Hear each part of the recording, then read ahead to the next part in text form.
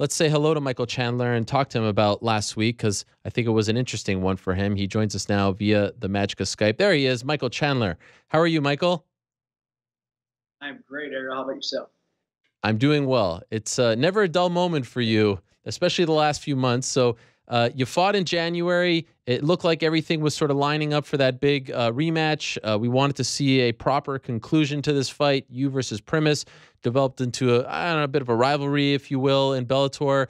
The fight is booked in your home state, right? You know, St. Charles, not too far from where you grew up, Family Arena, Paramount Network. It's all great. But then Primus pulls out. So first, let me ask you, what was your reaction when you found out that the fight wasn't happening? Honestly, this sport's just so crazy when it comes to, have no expectations of what I need to do and what I've been trying to do. I mean, this sport does with you what it wants to, and these promoters they're trying to make the fights, and they're trying to put guys and make them match up. I mean, obviously, you've had numerous people on your show today. My boy Kamaru Usman talking about trying to fight certain people, and guys just don't take fights anymore. Also, guys can get injured. I mean, we are in a sport now where I've had probably 8 different opponents pull out of the fight, and most of the time I've had to get rescheduled months down the road, weeks down the road, change up my whole training camp. I'd be all the way away from my family. Josh Thompson pulls out of the fight. I go back home for a week and then come back for another 2-month training camp because they got pushed back. I'm just extremely happy. I was extremely happy that Bellator, or that my manager called me and said, "You want the good news or the bad news?" And I said, "Okay, I'll take the bad news first." He said, "Okay, Primus is out, but they found a replacement and you're still going to fight April 13th. That was the great news, because you never want to spend all this time away from your family, all this money on training, all this money on travel. I'm sitting here at another place via Skype in a VRBO down in Florida, at some other place, some stranger's home, sleeping in some stranger's bed all by myself, not exactly where I want to be, but where I need to be to get better and win this next fight." So long story short, like you were saying, there was a couple little things that happened. The good news was Patricio Pitbull said that he was going to step into the fight. And then so the next morning I woke up, sparred like I was training for Patricio Pitbull, picked my partners like I was fighting for Patricio Pitbull, started game planning toward Patricio Pitbull. And then after that practice, got another phone call that said, "Never mind, he's not going to sign the bout agreement," after I had already signed the bout agreement. And that was the bad news. But the good news is Brandon Girtz will step in. All of this happened within about a 36-hour period. And here I am. When I first found out about the Pitbull fight, I was like, "Oh, this is brilliant." You guys have been going back and forth. There's a rivalry there. You fought his brother, but you've always had this sort of thing with the other Pitbull. This is great. Like, what a rabbit that they pulled out of their hat here. And then just as soon as we find out about it, it doesn't actually happen. You actually signed a bout agreement for it? Yep, I signed a bout agreement, had his name in it. It said, St. Louis, had my pay. It said, all the same stuff. They basically sent me the same bout agreement. They whited out Brent Primus's name, put in Patricio Pitbull. I signed it, sent it to my management so they could send it to Bellator. Went back here, hung out between practices, worked out again, and then that night I got a phone call right before I was going to bed saying, "Oh wait, he's making a bunch of demands. He wants a 5-round fight. He wants this. He wants that." And Bellator just wasn't going to accommodate. Bellator doesn't do 5-round main event fights. That's not what they do. They're not the UFC. They have their business model. They have their things, and by no means are they're going to let Patricio Pitbull come in acting like he, carries weight in this company and start making demands and right on him. I mean, Scott Coker and Rich Chu and these guys have put together some phenomenal cards, some phenomenal fights. The organization is growing. They can't let these people start making demands. And I even said, when I talked to my manager, I said, "Okay, I'll fight him 5 rounds. I'll fight him 10 rounds. I don't care, whatever it is. I want to fight him because he's been talking all this trash for the last decade, basically, because I've publicly humiliated his brother twice. And he, after the last time I knocked him out, he got in my face and said, 'I want to fight you. I want to kill you,' all that kind of stuff." And he said publicly he wants to, behead me and put my head on his mantle for everyone to see. I mean, he's all barking, no bite, and he had the opportunity to fight me on 4 weeks' notice. We're all pro fighters here. We all want to collect a paycheck. We all should be in shape and ready to step in the cage. He said he would, and then when it came down to it, the pen just couldn't quite touch the paper. So what do you make of him, making these demands that, as you said, they're not options, viable options. They're not options that Bellator plays with. Did you feel like it was kind of his way of getting out of the fight? That's what I think. I mean, first of all, we go back to the person we were talking about before. I've called him a part-time fighter. I've had this sneaky suspicion that I was probably never going to fight him again. He's going to continue to cry injury or continue to cry maternity leave, continue to, he literally, we had children just about the same time, yet I was ready to fight. And then I stepped up to fight the hottest prospect and scariest guy in the lightweight division with 18 submission wins, most of them in the first round, in Goiti Yamauchi. I took that fight. It was a dangerous fight, and fought while he sat and did whatever he's doing, teaching kids jiu-jitsu up in Oregon. So I don't want to get this misconstrued. I have a lot of respect for Patricio Pitbull. I think he's a fighter's fighter. I think he's a guy who usually steps up. He usually steps up to the plate. He usually fights. But when it comes to fighting me, he has shown nothing, no inclination besides just jibber jabber. Just a couple weeks ago, a guy who has this, who's in the same management as myself, Darian Caldwell, went out there, finished one of his teammates in the first round. He got into the cage, started flipping him off and running his mouth. That's just what they do. So I don't know what to make of it, but yeah, when you start making these demands, I'm sure he was asking for more money. He was asking for a 5-round fight. He was asking for this, that, and the other thing, and Bellator just wasn't going to accommodate. And that's really code word for, okay, if I make enough demands, they're going to say no and we'll move on. And then that way you can tell all your little friends and all your little buddies and the Pitbull clan back in Sao Paulo or wherever you're from that, Bellator is trash and they wouldn't let me fight Chandler when, Patricio's gone on record and is talking about how Bellator they should have made the fight between me and him a long time ago, and they should be doing this and they should be doing that. And it's like, stay in your lane, little guy. Just fight your fights. You got your championship, do your thing, and just show up and fight. And when a big fight like this is presented to you, this is probably the biggest fight in Bellator to make, and you turn it down, or you say you're going to, you say yes, but then you actually won't sign the bout agreement. That speaks volumes about your intent on actually fighting me someday. So are you done just thinking, like, are you done with this Pitbull fight? Or do you feel like at some point it's going to have to come back, you're going to have to reassess it? It's not up to me. I mean, as we have seen, none of this stuff is up to me. I mean, I have always stepped into the cage. Let's be honest. Always stepped in the cage. I've stepped into the cage hurt. I've stepped into the cage when management, fiance, coaches, training partners, everybody was telling me to pull out of the fight before the Will Brooks fight, and I didn't. You can't keep me out of the cage. I have this sick, twisted thing going on where this is what I do. This is what I feel like God put me on this earth to do. So it's never up to me. It's always up to my opponent. Eddie Alvarez injured numerous times. Josh Thompson injured. Now Primus injured. I mean, I've had so many people pull out of fights, and that's the nature of the beast. This is a contact sport. I believe these guys train extremely hard and they hurt themselves. Most of them, not the current champion. He doesn't. I don't think he's up in Oregon just slaving over at the gym and really putting in the blood, sweat, and tears that actually makes him a world champion in this sport. I don't believe that, and I never will believe that. One fight per year in the last 10 years is not a full-time fighter, and you'll never convince me otherwise. But most guys are training hard. Injuries happen. We all have 3 or 4 of them at all times, and sometimes they're bad enough for us not to step into the cage. So it's never up to me. April 13th, I'm going to step into the cage and do what I always do against a tough opponent. What are you going to do about Primus now? You say that you don't really believe you're going to fight him. You say part-time. How do you get that belt back? And I know that you've said that you're not interested in the belt and all that, but the belt does lead to a few things, right? It does lead to probably higher pay. It does lead to opportunities. I mean, I think you're still one of the faces right now. I would say you, Rory, like you guys are the faces of the company, but still, it's nice to have the belt, right? So how do you get the opportunity to fight him? And I've said this, and I don't say that I don't care about the belt because it means a lot. It means a lot to me to be the champion in this organization that I've been with, and I've helped build them, and they've helped build me, and I will go down in Bellator history as being the most exciting Bellator fighter of all time. There never will be another guy who steps into the cage and has done what I've done in this short period of time over this career. So it's a badge of honor for me to have that belt, but it's not the end all be all. No, for me, the belt doesn't add more money to my pocket. It doesn't add more food on the table for my family. For me, it's just another ornament. It's another 14 or 15 pounds of leather and gold, and it's cool. They're great, and I can hang them up in my new gym, and I can hang one in my office, and I can hang one at home, and I can, maybe someday deliver one to the MMA Hour stage or the set, who knows? But eventually I'll have, I'll have, 4 or 5 of them, whatever.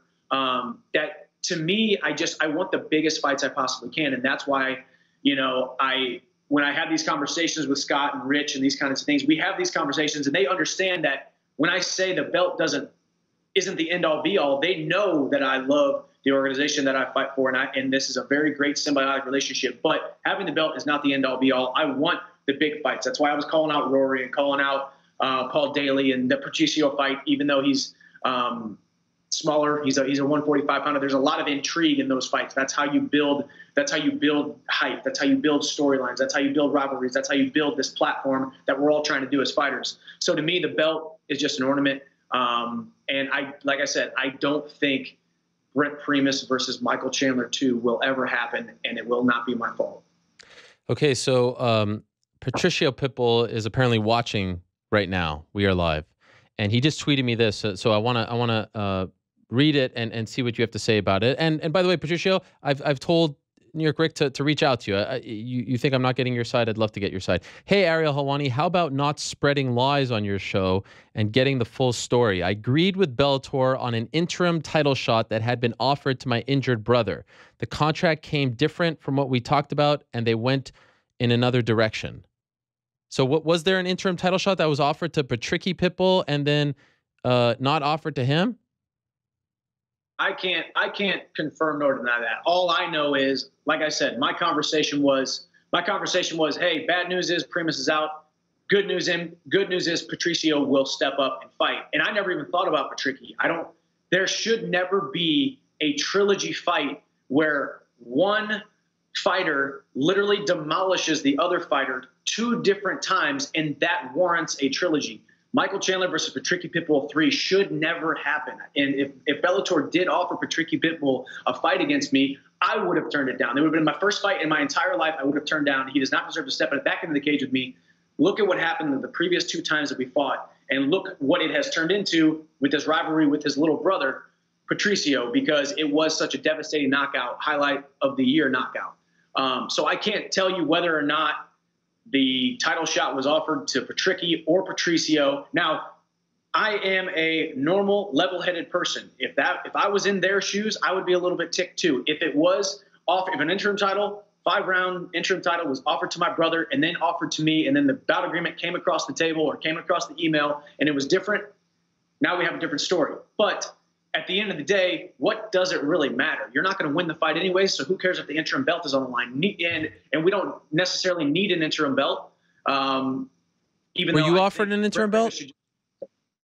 I was not offered an interim belt, and now I'm fighting, which it's kind of interesting because now I'm fighting one of the staples of the lightweight division, Brandon Girtz, who's been in the lightweight division now for the last 6-7 years, who is a 155 pounder. So if they're going to offer an interim title to anybody, why wouldn't it be, if they were going to do it for Patricio, but not for Patricio, so why wouldn't they do it for the other 155er, Brandon Girtz? So the stories don't exactly line up either, because the interim title could just as easily be offered on the line, me versus Brandon Girtz, but it's not happening. I'm fighting, once again, a fight that I have everything to lose and nothing to gain, just like I do every single time I step in the cage most of the time.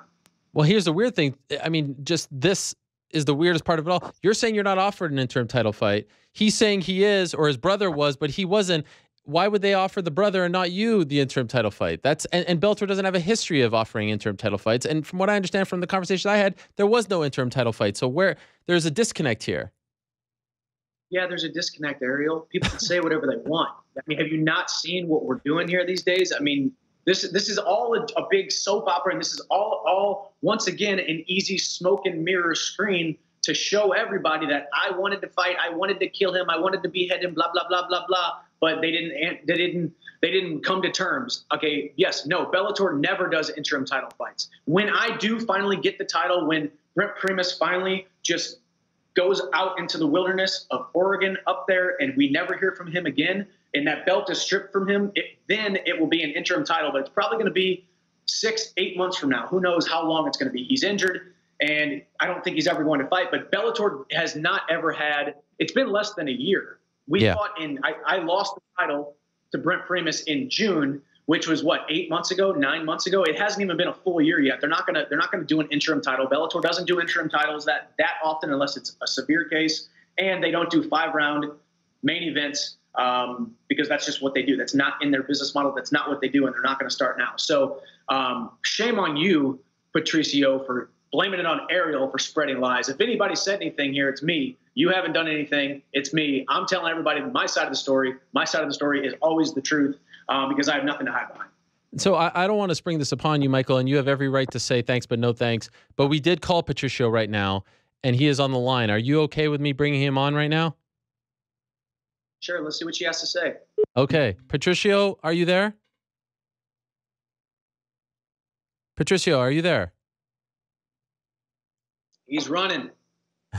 He's running again. He hung. Hey, for the record, Michael. Don't put. He's running. My guy, New York Rick, called him the first time. He picked up and then he hung up, and he just told me he hung up again. I would too. Wouldn't you? Wouldn't you? If you were hiding behind all these lies, and the last thing you want to do in the entire world is fight Michael Chandler. What is going on? This is well. I took exception to the fact that he said that I was spreading lies. I don't want to be a lie spreader. Never lied ever. Well, this is crazy. This is madness. Does Brandon Girtz? While we try. All right. Well, I don't think we're gonna get him. A real fighter, Brandon Girtz. These other two schmucks we keep talking about will probably never fight me. It's not a big deal. Whatever.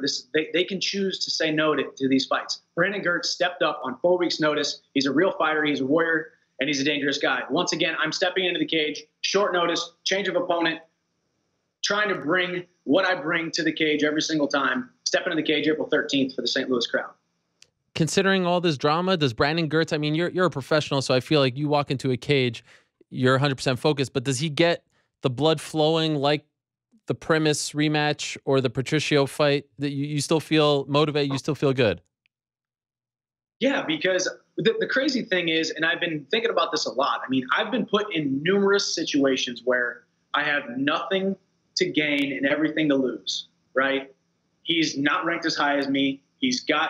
Doesn't have that great of a record. He's a scary guy to fight, but not a lot of people know who he is, but the real fighters know. The real people know. I've been around the guy. I've seen him train. I've watched his fights. I'm a fan of his fighting style, which speaks volumes. The guy's a warrior. The guy's not afraid to step up. So it's once again another scary, tied onto a tornado, crazy scenario where I have to step into the cage against another man who wants to take my head off.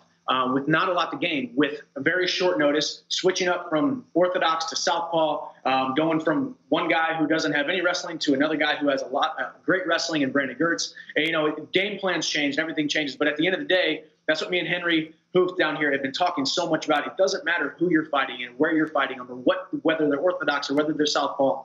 I have to focus on myself. I have to focus on my training. I have to focus on my game plan and what's going to get me the win, what's going to get me to put me in the best situation possible to succeed. And Brandon Girtz is a scary guy. He goes out there, he throws leather. He's got a great gas tank. He's strong. He's got great wrestling. It's a dangerous fight. So once again, it doesn't matter if I'm fighting Brandon Girtz, Brent Primus, Patricio Pitbull, Benson Henderson.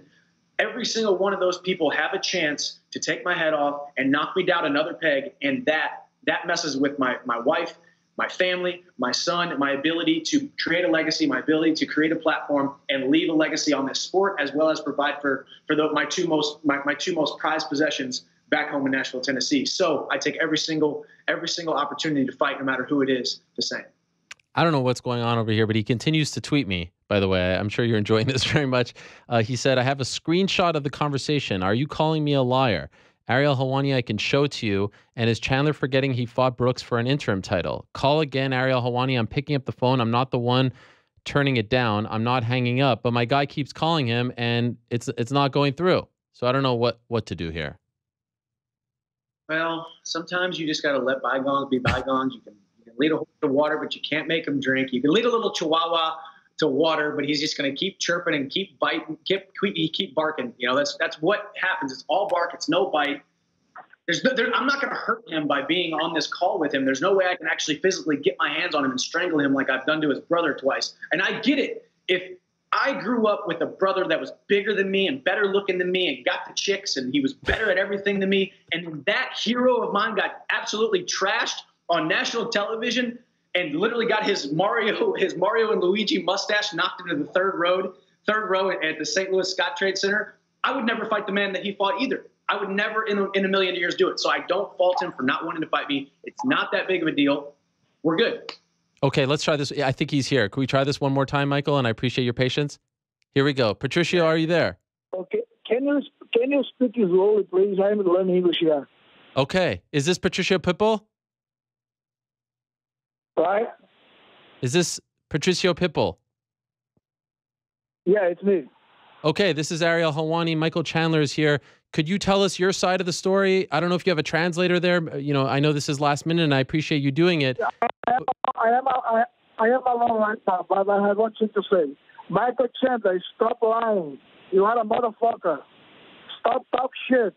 I am here, man. Fight everyone. You are a shit, you know? Brazil. Battle You're in Academy. Brazil. If I am fighting for 5 rounds for the title and accept the fight, you are lying. I am here. Patricio, You know that. were you offered a fight against Michael Chandler on April 13th? And if so, why is it not happening?